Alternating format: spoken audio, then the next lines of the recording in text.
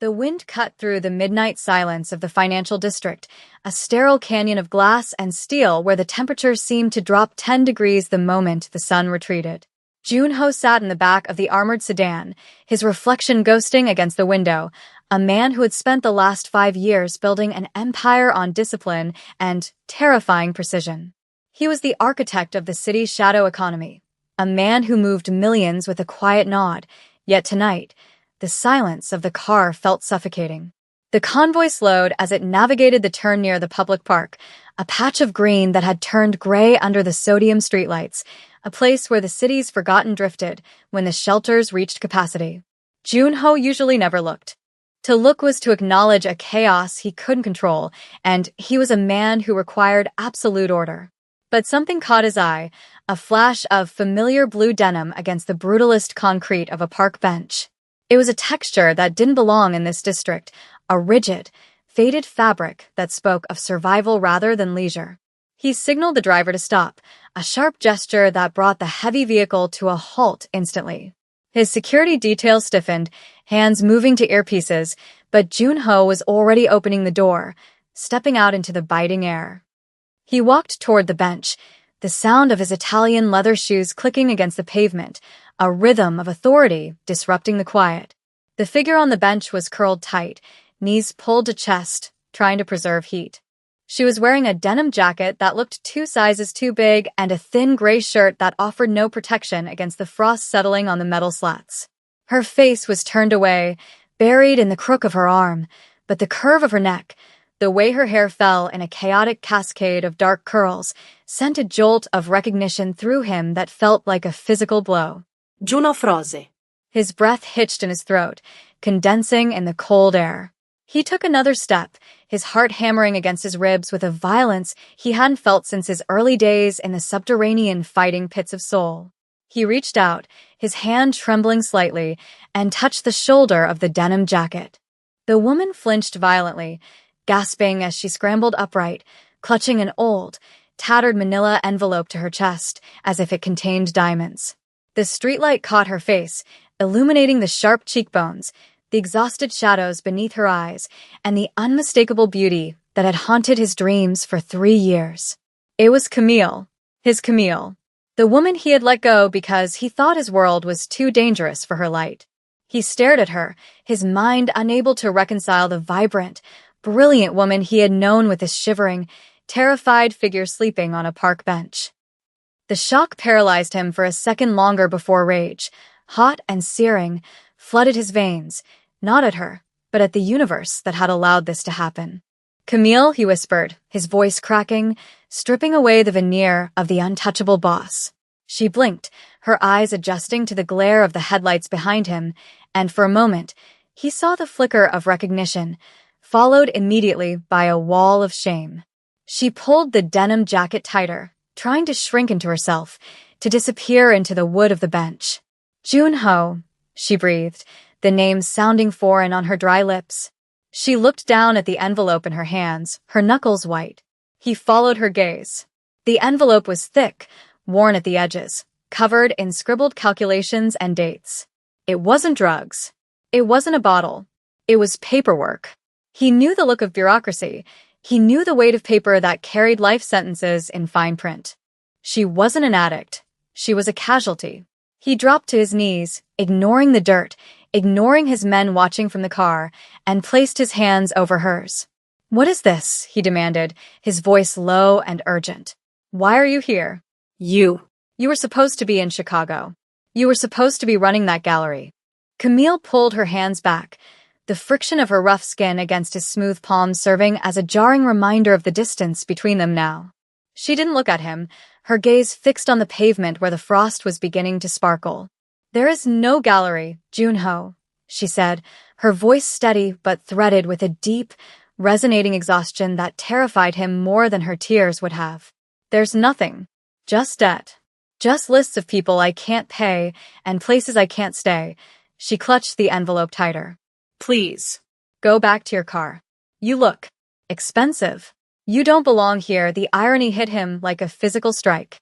He was the one who controlled the streets, yet seeing her here, He felt like an intruder in a world of suffering he had chosen to ignore. He reached for the envelope, gently, but with a command that wouldn't be refused. She resisted for a second, then let go, her strength failing. He opened the flap. Inside, there wasn't a stash of illicit cash.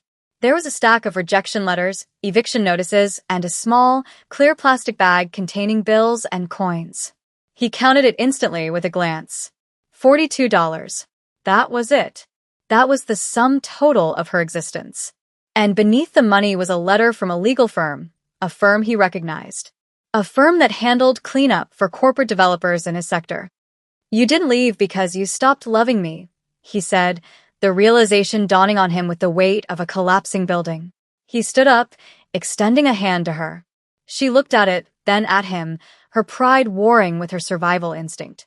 "I left because I refused to be bought," she corrected, her eyes flashing with a sudden, fierce spark that reminded him of the woman who had once challenged him at a charity gala, the woman who had captivated him instantly. "And when you refuse to be bought by the wrong people, Junho, they make sure you can't sell your skills to anyone else." She tried to stand on her own, using the back of the bench for support, but her legs buckled. Junho moved faster than thought, catching her before she hit the ground. He swept her up into his arms, the lightness of her frame sickening him. She had lost weight, too much weight. "Put me down," she murmured, but the fight was draining out of her. "I can't go with you. I can't be part of your debt ledger." "You aren't a debt," he said, his jaw set so tight his teeth ached. He carried her toward the car, the security detail scrambling to open the door. The warmth of the vehicle rushed out to meet them, a stark contrast to the freezing reality she had been living in. He placed her gently on the leather seat, the scent of expensive cedar and conditioned air enveloping her. She looked around the interior, her eyes wide, contrasting the luxury with her dusty denim jacket. He climbed in beside her and signaled the driver to move. "Take us to the penthouse," he ordered, his voice devoid of emotion, masking the turbulence inside. "And call Dr. Park. Tell him to meet us there." Now, Camille leaned her head back against the seat, clutching the envelope again. "It wasn't an accident," she whispered, eyes closing. "They took everything, Junho. They didn't just fire me. They erased me." The drive to the penthouse was a blur of city lights streaking past the tinted windows, a visual metaphor for how fast life could move when you had power and how static it became when you had none. Junho watched her sleep, her breathing shallow and uneven. He picked up the envelope she had finally released in her exhaustion. He turned on the reading light, the beam cutting through the gloom of the cabin. He began to read, really read, the documents she had been guarding. The first was a termination letter from a logistics company, a subsidiary of a conglomerate he did business with. The reason cited was gross misconduct, a generic label that acted as a death sentence for a career. But attached to it was a handwritten note, a photocopy of a ledger she must have stolen or preserved. It showed discrepancies in housing allocations, safety violations that had been signed off as compliant. She had tried to report it. She had tried to blow the whistle. And in response, the system had crushed her. He flipped to the next page. A credit report. Systematically destroyed. Identity theft charges that looked fabricated, legal fees that had drained her savings, a lawsuit for defamation that had been settled out of court for everything she owned. The name of the plaintiff on the lawsuit made Junho's blood run cold. Quan Investments. It was a shell company. One of his shell companies. The realization hit him with the force of a bullet. The machinery he had built to launder money and secure real estate, the machinery he thought he kept separate from the innocent civilians of the city, had been weaponized against the woman he loved. Someone inside his organization, someone with access to the levers of his power, had done this. She hadn't just fallen through the cracks of society. She had been pushed by his own hand, or at least, a hand he controlled. He looked at her sleeping form, the denim jacket stained with the grime of the city he claimed to rule, and felt a wave of nausea. He had built a kingdom to protect himself, and that very kingdom had devoured her. The elevator opened directly into the penthouse, a sprawling expanse of marble and floor-to-ceiling glass overlooking the skyline.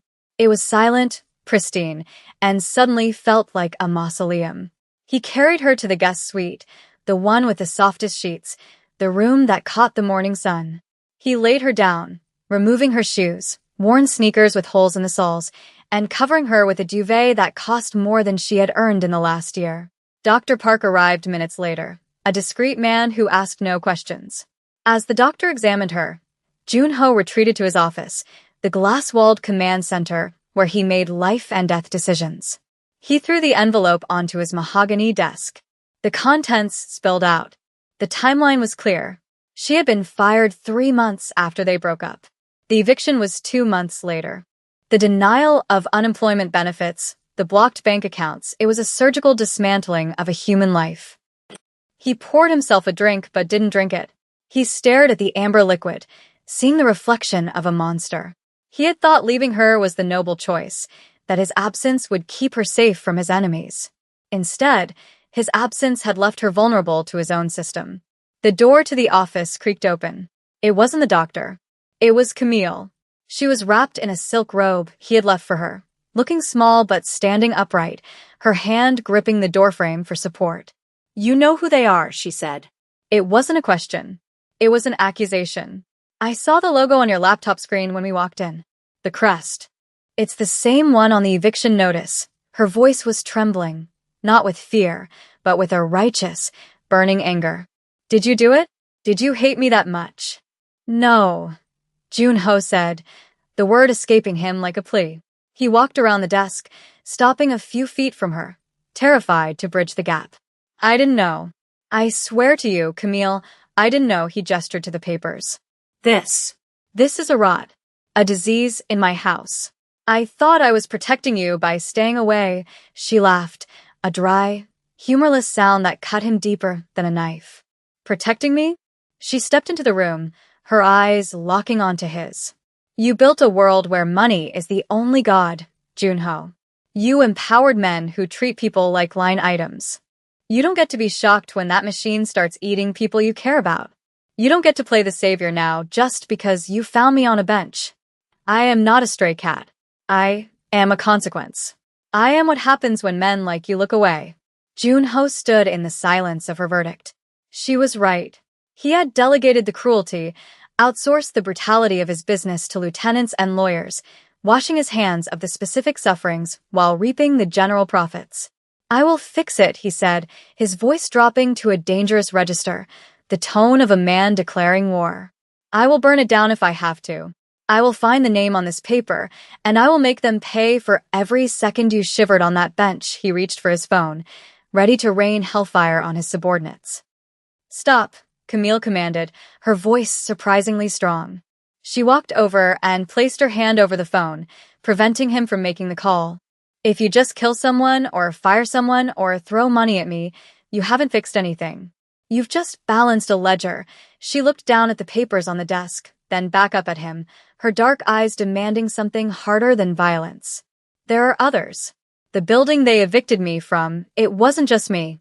It was 20 families. The safety report I refused to sign? That warehouse collapsed last week. 3 workers are in the ICU. If you want redemption, Junho, you don't get to just save the ex-wife you still find attractive. You have to save them all. You have to use this," she gestured to the opulent room, "to undo what you did." The challenge hung in the air, heavy and suffocating. It was a demand for a transformation he wasn't sure he was capable of. He was a mafia boss, not a saint. But looking at her, seeing the steel in her spine that the streets hadn't been able to break, he knew he had no choice. The romance wasn't in the rescue. It was in the reckoning. He slowly pulled his hand away from the phone and looked at her. "Tell me everything," he said, pulling a chair out for her. "Start from the beginning. Names, dates, locations." The sunrise broke over the city not as a symbol of hope, but as a harsh interrogation light, exposing the sprawling maps and documents that now covered every inch of the mahogany desk in the penthouse. They had been working for 6 hours straight, a feverish excavation of the truth that had buried Camille. The room smelled of stale coffee and the ozone scent of overheating printers. Junho watched Camille from across the desk. She had finally stopped shivering, wrapped in a cashmere blanket he had draped over her shoulders, but her focus was razor-sharp. She was highlighting names on a spreadsheet, the roster of the evicted, the injured, the silenced. It was in this quiet chaos that the distance between them began to close, not with grand gestures, but with the soft, terrifying intimacy of shared burden. He saw her rub her eyes, the fatigue etching deep lines into her face, and without a word, he moved to the small kitchenette, preparing a cup of tea exactly the way she used to take it. Plenty of honey, a dash of cinnamon. When he placed the mug near her hand, her fingers brushed against his. The contact was electric, a sudden grounding wire in the storm. She looked up, her guard lowering for just a fraction of a second. "You remembered," she said softly, her voice raspy from reading legal codes aloud. "I remember everything," Jun-ho replied, his voice barely above a whisper. He didn't pull his hand away immediately. Instead, he let his thumb graze the rough skin of her knuckles, a tactile reminder of the hardship she had endured while he sat in air-conditioned boardrooms. "I remember the way you pace when you're thinking. I remember that you hate the cold. And I remember that you never give up, even when you should." He walked around the desk, kneeling beside her chair so he wasn't looming over her. The power dynamic had to be dismantled here, in this room, before they could face the world. "Camille," he said, looking at the spreadsheet where she had circled the name Director Kong. "This man. He runs the logistics division. He's been with me for 10 years. He was at our wedding. The admission tasted like ash. He did this to you to cut costs by 4%. That was the price of your life." A margin error. Camille turned the mug in her hands, the warmth seeping into her palms. She looked at him, not with the anger of the night before, but with a sorrowful clarity. "He didn't do it because he hated me, Jun-ho. He did it because the system you built rewards efficiency over humanity. If we go into that room today, you can't just be the boss. You have to be the traitor to your own creation." She leaned forward, her forehead resting against his for a fleeting, desperate moment. "Are you ready to lose their loyalty to gain my forgiveness?" The boardroom of Quan Investments was a fortress of silence, soundproofed against the noise of the city below. 12 men in tailored suits sat around the long glass table, their posture rigid, sensing the shift in atmospheric pressure as Jun-ho entered. He didn't sit at the head of the table. He stood by the door, holding it open. Camille walked in. The silence that followed was heavy, filled with the rustle of unease. She was no longer wearing the denim jacket. She was dressed in a sharp, slate-gray suit Jun-ho had delivered, but she wore no makeup to hide the exhaustion. She looked like a specter of accountability. Director Kong, a man with silver hair and a smile that didn't reach his eyes, stood up, feigning polite confusion. "Sir, I wasn't aware we had external guests for the strategy meeting." Jun-ho's expression was unreadable, a mask of stone. "This isn't a strategy meeting, Kong. It's a performance review." He nodded to Camille. She stepped forward, placing the thick envelope of evidence in the center of the table. The sound of it hitting the glass echoed like a gunshot.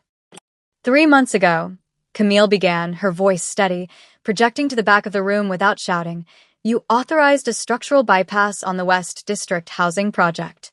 You cited expedited zoning as the reason." She opened the folder, sliding a photo across the table, an image of a cracked support beam she had taken on her phone days before her eviction. "This is what expedited zoning looks like. It looks like a ceiling collapsing on a child's bed." Kang's smile faltered. He looked at Jun-ho for support, for the unspoken code of brotherhood that usually protected them. "Sir, the woman is clearly emotional. These are standard industry variances. We saved the company $12 million this quarter." Jun-ho walked slowly toward Kong, his footsteps heavy. He stopped behind the director's chair, his hands resting on the leather backrest. 12 million. Jun-ho repeated, the number hanging in the air. He looked at Camille, seeing the unwavering strength in her eyes, a strength that money couldn't buy and poverty couldn't steal. "I found my wife sleeping on a bench in the cold because of your $12 million, the room gasped. He hadn't called her his ex-wife. "She isn't emotional, Kong. She is precise. And she is the new head of auditing. Explain the variances to her." He pulled the chair out, signaling for Kong to stand, effectively stripping him of his seat and his power. Camille didn't flinch. She locked eyes with the man who had ruined her life and didn't blink. "Sit down," she told the room. "We have a lot of work to do." The aftermath of the purge was a different kind of violence, the violence of upheaval. By evening, the office was in chaos. Security teams were escorting executives out of the building. Forensic accountants were seizing hard drives. The empire was eating itself to survive. In the eye of the hurricane, Junho found Camille on the balcony of the penthouse, staring out at the city grid. The wind was whipping her hair, but she didn't seem to notice. He approached her slowly, carrying 2 coats. He draped one over her shoulders, his hands lingering there, pulling the fabric tight to shield her. The adrenaline of the confrontation had faded, leaving them both raw and exposed. "They're going to come for you," she said, her voice lost to the wind. "Shareholders. The other families. You broke the code. You chose a person over the profit." She turned to face him, her eyes searching his. "Why?" "You could have just written me a check and sent me away. It would have been cleaner." Junho stepped closer, closing the gap until he could shield her from the wind with his own body. The city lights reflected in his dark eyes, but his focus was entirely on her. "I spent 3 years thinking that power meant invulnerability," he confessed, his voice rough with emotion. "I thought if I was strong enough, nothing could touch me. But last night, when I saw you on that bench, I realized I had built a castle on a graveyard." He reached up, his hand cupping her cheek, his thumb tracing the line of her jaw. It was a touch of reverence, a silent apology for every day they had been apart. "There is no clean way to leave the person who holds your soul, Camille. I am not choosing a person over profit. I am choosing my life over my death. Because a life without you, a life where I let you suffer, is just a slow death." Camille leaned into his touch, her eyes fluttering closed, a single tear escaping. For the first time in years, she allowed herself to be held, not out of weakness, but out of a shared need for anchor. "I'm scared," she whispered against his chest. "I'm scared that we can't fix it." He wrapped his arms around her, burying his face in her hair. "We don't have to fix it all tonight. We just have to promise not to look away." The next week was a blur of concrete action, a grueling marathon of restitution that tested their resolve. It wasn't enough to fire the corrupt. They had to rebuild what was broken. Junho drove Camille to the site of the tenement building in the West District, the place where the eviction notices had first been served. It was a gray, crumbling structure, the embodiment of neglect. But today, it was surrounded by scaffolding. Construction crews, paid for by the personal liquidation of Junho's luxury car collection, were already working. He walked a few paces behind her, letting her lead. This was her victory, not his. He watched as she spoke to the families who had gathered, women holding children, men with workmen's hands who looked at Junho with suspicion but at Camille with recognition. She was one of them. She had survived the cold with them. He stood by the perimeter, watching her point to the blueprints, explaining the new safety retrofits, the rent freezes, the ownership transfer clauses he had forced his lawyers to draft. A young girl, no older than 5, ran up to Camille and tugged on her pants leg. Camille knelt down, smiling, a genuine, radiant smile that Junho hadn't seen in years. It broke him and remade him all at once. He realized then that redemption wasn't a destination, it was a daily labor. He walked over, joining the circle. He didn't speak over her. He stood beside her, a silent sentinel. When she introduced him not as the boss, but as the partner who was going to make this right, the suspicion in the crowd didn't vanish, but it softened. He handed a pen to the community leader to sign the new deed. "This isn't charity," Junho said, his voice firm, addressing the crowd but looking at Camille. "This is a debt payment. We're just balancing the books." Camille looked at him, surprised by his use of her own logic, and a soft, proud smile touched her lips. She reached out and squeezed his hand, a public declaration of unity that meant more than any press release. That night, the penthouse felt different. The sterile silence was gone, replaced by the quiet hum of a shared life beginning again. They sat on the floor of the living room, surrounded not by eviction notices, but by architectural plans for a community center. The fire in the hearth cast a warm, golden glow over the room. Camille had fallen asleep with her head on Junho's lap, her breathing deep and even, the sleep of the safe. He sat motionless, afraid to wake her, his hand resting protectively on her shoulder. He looked at the paperwork, the millions of dollars he had signed away, the enemies he had made, the dangerous path that lay ahead. And then he looked at her face, relaxed and peaceful. The trade was worth it. She stirred, blinking her eyes open, catching him watching her. "You're staring," she murmured sleepily, shifting to look up at him. "I'm memorizing," he corrected, brushing a curl away from her forehead. "I want to remember what it looks like when you're not afraid." She sat up slowly, turning to face him, the firelight dancing in her eyes. "I'm still a little afraid," she admitted, her hand finding his. "The world is still hard, Junho. And you. You still have a lot of shadows to outrun," he nodded, accepting the truth of it. "Then we run together," he said. "No more separate worlds. No more protecting you by leaving you." He leaned in, and this time, there was no hesitation. He kissed her, not with the hungry passion of their youth, but with a slow, deliberate tenderness, a kiss that tasted of second chances and ironclad promises. It was a seal on a new contract, one written not in ink, but in action. As they pulled apart, resting their foreheads together in the quiet warmth, Camille whispered, "Okay, we run together." And for the first time, the Mafia boss didn't feel like a ruler of a kingdom, but a man who had finally found his home.